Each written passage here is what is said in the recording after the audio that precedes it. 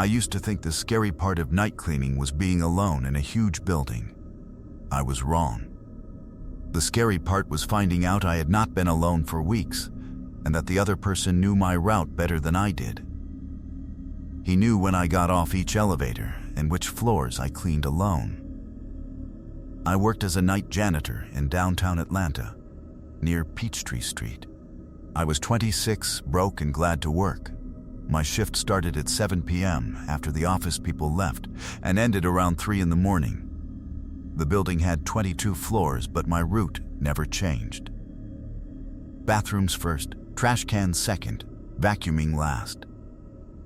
My supervisor, Giovanni Pell, handed me the keys after 2 training nights and said, "Just don't lose those, man." By my 3rd week, I knew the building's little habits. The 9th floor vending machine hummed too loud. The 12th floor had one orange fish that stared at me. The 17th floor was empty, or it was supposed to be. That department had gone fully remote, so the desks sat there with old calendars and dead plants. One Tuesday, I found a Dunkin' coffee cup on a cubicle desk near the back windows. It was warm. Not hot, just warm enough that someone had been there recently. I threw it away and told myself some employee had come in late. The next night, another cup sat on the same desk. Warm again. I mentioned it to the lobby guard, Bexley Roon. He was eating sunflower seeds and watching basketball on his phone. "Some people stay late," he said. "On 17?" I asked. He shrugged. "They don't always sign in." That bothered me, but I let it go. I really needed the job. I was not making noise over coffee right then. 2 nights passed with nothing. Then Friday, the cup was back. The straw hole had a little bite mark. I remember that because it felt too personal. I cleaned anyway. That is the part I hate now. I kept telling myself I was being dramatic. I worried Bexley would laugh if I went downstairs again. A few nights later, around 11:40, I was tying a trash bag in the 17th floor break room when I heard typing. Click, click, click, then a pause. Then more clicks. It came from the dark cubicles. The motion lights were bad there, so half the office stayed black unless you waved your arms. I walked out with my phone light and said, "Hello?" No answer. Every monitor was off. No chair moved. The coffee desk was empty. I checked 2 rows, then stopped because I felt stupid with a trash bag. Then a chair creaked behind me. I turned too fast and hit my hip on a cabinet. "Damn," I whispered. The lights clicked on, row by row, too late. Nobody was there. I left without vacuuming. The next guard was Tavia Soul, a thin woman with big glasses and pepper spray. She came up with me. We checked cubicles, conference rooms, closets, even under desks. Nothing could be sound through the vents, she said. I nodded, but I did not believe that. At home that morning, I made noodles and forgot the pot was hot, so the kitchen smelled burned. My cat Miso ran across the floorboards. I almost jumped off the couch. Then Monday came. I got to 17 after midnight because the 15th floor copier leaked toner. When the service elevator opened, I saw light under the old records room door. That room was supposed to be locked. I stood there holding my mop handle like it meant anything. The light went out. Then came a soft shuffle inside. I backed up and called Tavia on the radio. My voice sounded small. She told me, "Get to the elevator." Now, I should have moved faster. Instead, I stayed long enough to hear the door handle turn. Slowly, like whoever was inside did not want me to hear it. I ran to the elevator and kept pressing the button. Behind me, the records room door opened a few inches. One eye looked out. Just one pale eye in the crack. He just watched. When the elevator opened, I jumped in and hit lobby. As the doors closed, a man stepped into the hall. Gray hoodie, black gloves, paper dust mask, Dunkin' cup in his hand. Police came, but he was gone.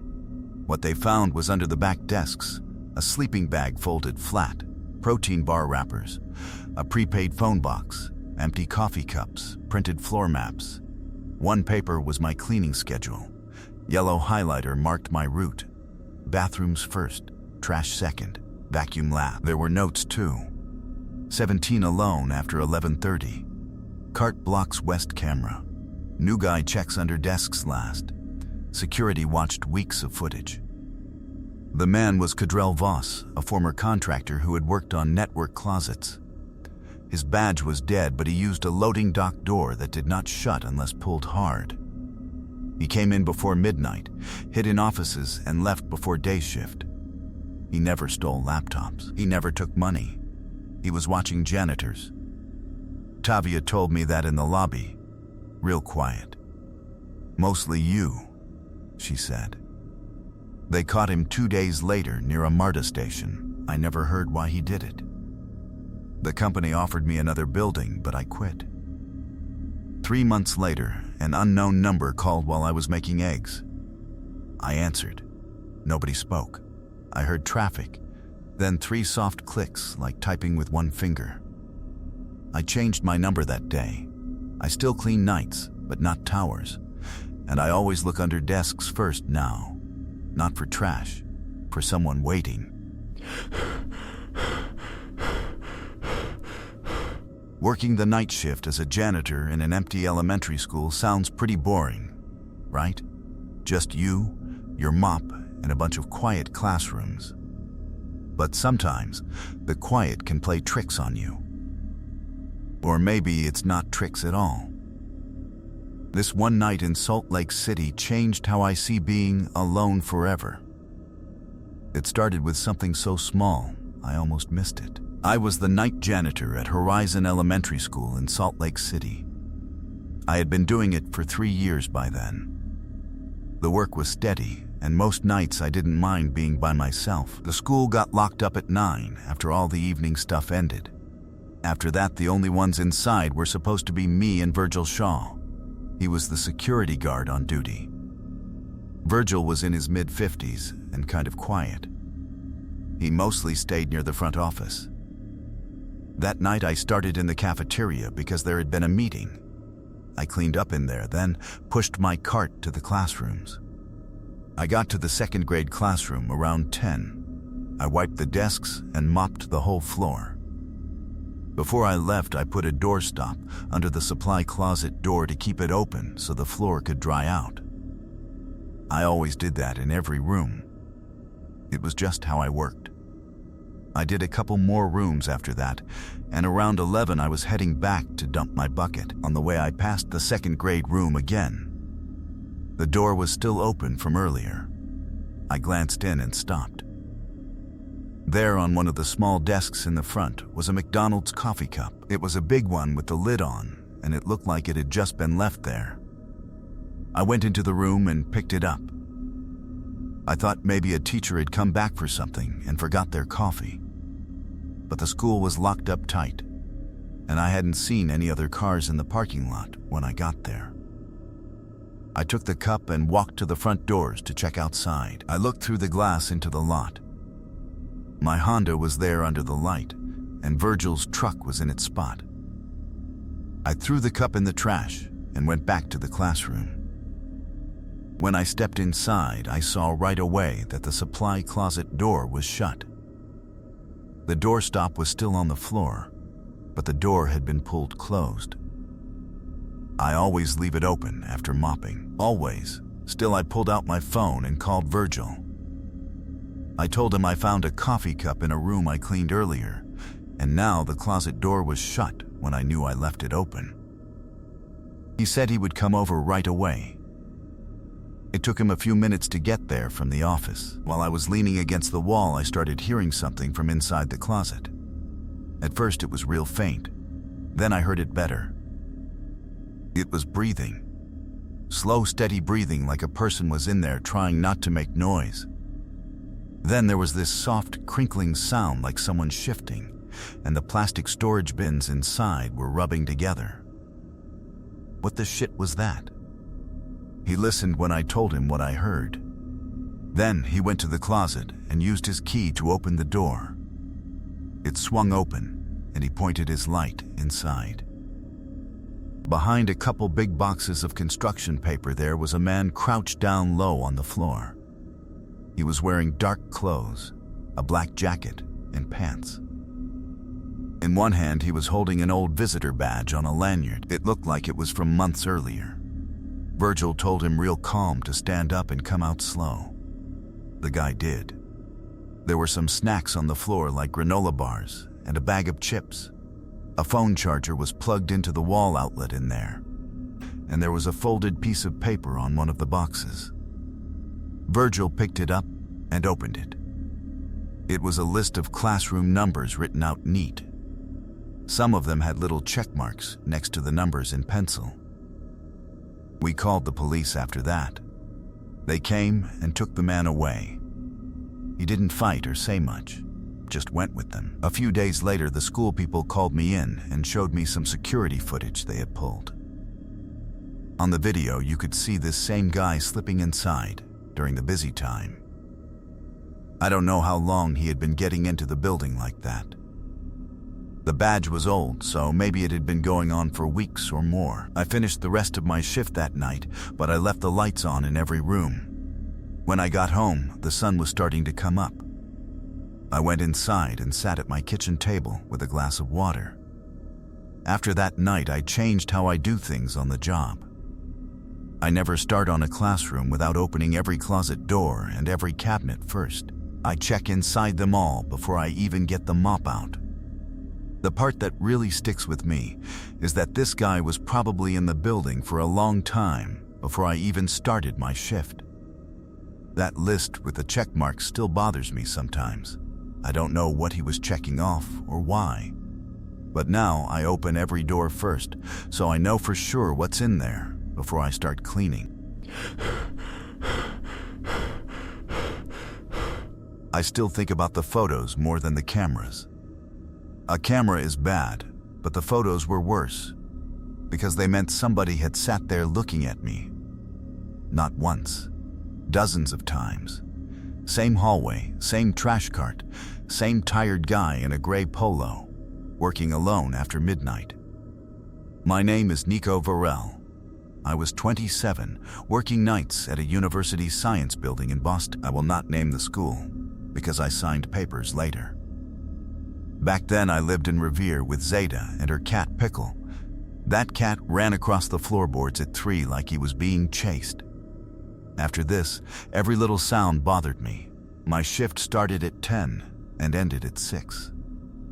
The building had labs, offices, and lecture halls. Graduate students stayed late, drinking coffee and talking tests. By midnight, most were gone. Then it was just me, my cart, the freezers humming. The trash rules were serious. Chemical waste was not my job. Anything with red tape, yellow bins, or needles had to stay there. I only emptied normal trash cans with green stickers. For weeks, I noticed small things on the 3rd floor. The hall near room 318B had footprints after I mopped it. Sometimes I heard a soft click by the north stair vent. It sounded like a pen cap. I blamed the air. One student, Bram Choudhury, once said, "You ever feel like this hall watches you?" He laughed, so I laughed too. I asked if he was high. He said, "No, just fried," and left with one sock inside out. On a Thursday night in November, around 1:30, I was emptying regular cans outside the small labs. In room 316, one bag was much heavier than usual. Not food heavy, more like wet books. Green, so I tied the bag. The plastic split. Shredded notebook pages fell out, along with blue latex gloves. Then a photo slid under the cartwheel. It showed the hallway I cleaned every night. At first, I just stared. Then I saw my yellow mop bucket in the corner. The picture had been taken from high up, looking down, like from the ceiling. I opened the bag more. There were dozens of printed photos. Same hallway, different nights. Some had me in them. Some had only my cart. One showed me eating a granola bar. Another showed the janitor closet door, half open. I did not run. I stood there, trying to make it normal. Maybe it was security. Maybe research. Maybe I was in trouble. Dumb thoughts, but fear makes you dumb. I called campus security. The dispatcher, Aloan, knew my voice. I told her I found weird photos in a trash bag. She asked if anyone was there. I said no. She said an officer was coming. While I waited, the elevator dinged. Nobody used that elevator then unless they had access. I saw a person step out in a white lab coat, average height, hood up under the coat collar, blue mask over the face, no badge. They walked straight toward me. "Hey," I said. "Building's closed." They stopped about 10 feet away and looked at the torn bag. "That is research material," they said. The voice was quiet and flat. "Hand it over." I asked what lab they worked in. 318B, they said right away. Too fast, like they had practiced it. I asked to see an ID. They looked down at their coat like they had forgotten badges existed. "The bag," they said again. I told them security was coming. Then, because I was scared and thinking badly, I said, "So just wait." They took one step closer. I left the cart and walked away. Not ran. I thought running would make them run too. I went into the janitor closet by the lecture hall and locked the cheap push lock. I called security again, whispering. Aloan said the officer was close. I sat on a bucket of floor wax and listened. The person came to the door. No knock, no words, just shoes shifting outside. Once, the handle moved down halfway and stopped. I held the phone against my shirt and stared at lemon trash bags, thinking I needed milk. After about 10 minutes, the footsteps moved away. Security found me a few minutes later. The officer was Jordan Pike, a big guy with a radio in his hand. The person in the lab coat was gone. So was the damn trash bag. But some photos had spilled under my cart, and Jordan saw them. The next day, campus police checked the vent by the north stairs. Behind the cover was a tiny camera taped to the metal. They found another above the janitor closet, aimed at the door. Not at lab equipment, not at computers. At my route. Later they told me someone had used an expired access card from a former student named Saffron Gist. The real Saffron had moved to Seattle 2 years before. Whoever it was collected recordings at night. They never told me they caught the person. I quit the next week. What still bothers me is that the photos were printed. Somebody chose them, maybe kept them in order. The cameras were not watching expensive stuff. They were watching where I walked alone every night. About 3 weeks later, I came home from my new job. Pickle was running around like a little maniac, and I had left coffee on the counter all day, so the kitchen smelled like old dirt. There was an envelope under my door. No stamp, no name. Inside was one photo of that third-floor hallway. Empty, on the back, written in black marker, were 4 words. "You missed a spot."